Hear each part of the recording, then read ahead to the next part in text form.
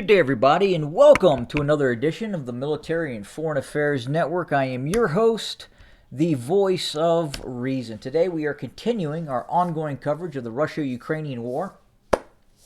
Today we're going to start in the eastern area of operations. The Russian military, as we speak, appears to be on the precipice of making a breakout or break in to Bakhmut. It's now being reported that Russian forces have entered the industrial zone of the eastern side of Bakhmut. They appear to be pressing their operations just to the southeast of the city. This is right now the closest the Russians have got to within the confines of Bakhmut.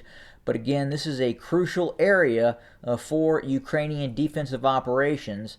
And we do know that a multitude of other Russian offensive operations have taken place running from Lysychansk, Severodonetsk, all the way down towards Horlovika. Additionally, the Ukrainians continue to press operations on the western bank of the Dnieper River. We're receiving reports now that Russian forces allegedly continue to remove forces from the western bank of the Dnieper River. There's also been a report that Russian forces have taken down some flags in Kherson, Russian flags as well. So that could that be an indication that Russian forces are preparing to withdraw from Kherson? Now, at the same time, we're hearing reports that the Ukrainians are very hesitant about launching a all-out operation against Kherson out of fear this is some sort of Russian trap that could take place on the western bank, on this western footprint that Russian forces control. Now, again, as I talked about before, if Russian forces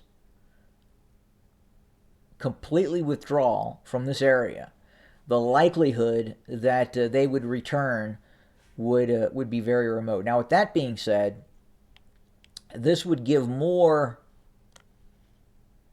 rationale to the possibility that the Russians are preparing for a later operation in the direction of Zaporizhia and further north to the east of Chernihiv.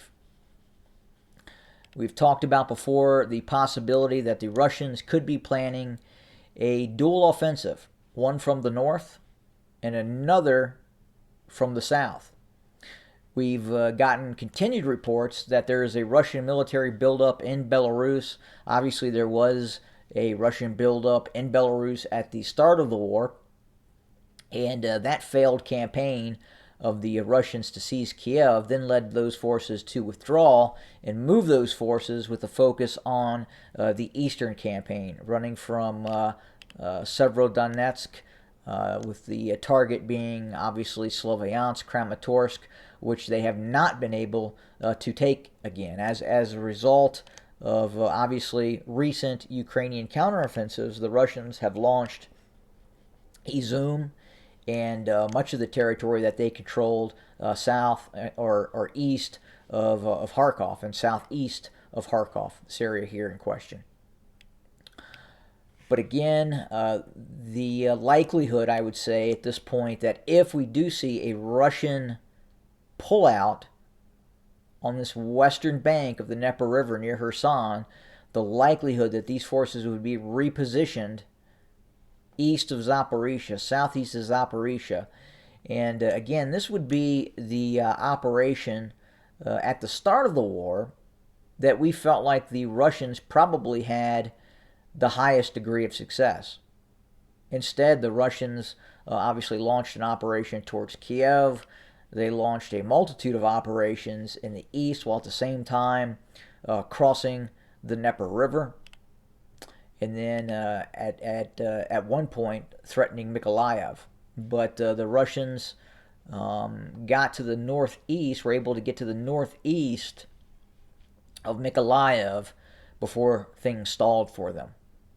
And now here we sit, and somewhat of a static war right now in terms of this great war of maneuver that we had anticipated going into this conflict.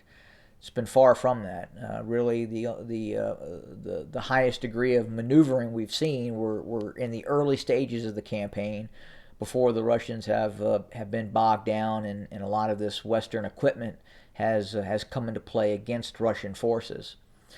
Furthermore, we're also hearing now, and we're continuing to hear, that the Russian drone capability is continuing to increase. It's being reported that the Russians are mass producing a variety of drones right now, to include the Lancet 1, 2, and 3. And then obviously they are getting a great deal of drones from Iran as well. The Iranians have finally admitted that yes, they have sent the Russian drones. Now, with a caveat to that, they are saying that, well, these drones were sent prior to the conflict starting. That's a difficult pill to swallow at this point. But that's what they're saying, and it acknowledges the use of Iranian drones in this conflict. And again, we're really seeing the whole world getting in, or much of the world getting involved in this conflict. You have much of Europe, obviously, supplying equipment to Ukraine. You have areas in Europe right now that are acting as training bases for the Ukrainian military. It's difficult for the Ukrainians to train, refurbish, refit equipment out of fear of Russian airstrikes or cruise missile strikes or ballistic missile strikes. And now the drone issue has also become something that the Ukrainians have to be concerned with. But and then on the Russian side of the equation, you have the Iranians supplying vast amounts of equipment now. In all likelihood, you have the North Koreans supplying equipment to the Russians as well, and massive amounts of equipment, such as artillery shells and other sources of ammunition for Russian forces. That's telling that the Russians are going through huge amounts of 152, 122 millimeter rounds in this ongoing conflict. And in all probability, the Russians really did not believe they would be fighting this long. But they are. So we'll continue to monitor the situation, watch the situation very closely. Again, at this point, the prospect of escalation is omnipresent. We're seeing things happen with North Korea now. Obviously, that's a different piece of the puzzle, not attached, but at the same time, that's what North Korea does, and in all probability should just be ignored. But that's where we sit today. We'll have more very, very soon. Thank you for joining us, and as always, have a good day.